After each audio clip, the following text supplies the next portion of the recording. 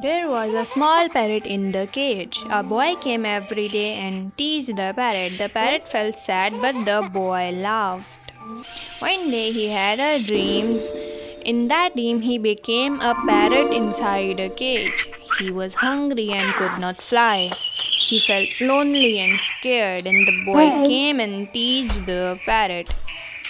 Every day, when he woke up, he felt sorry and gave the parrot food and care.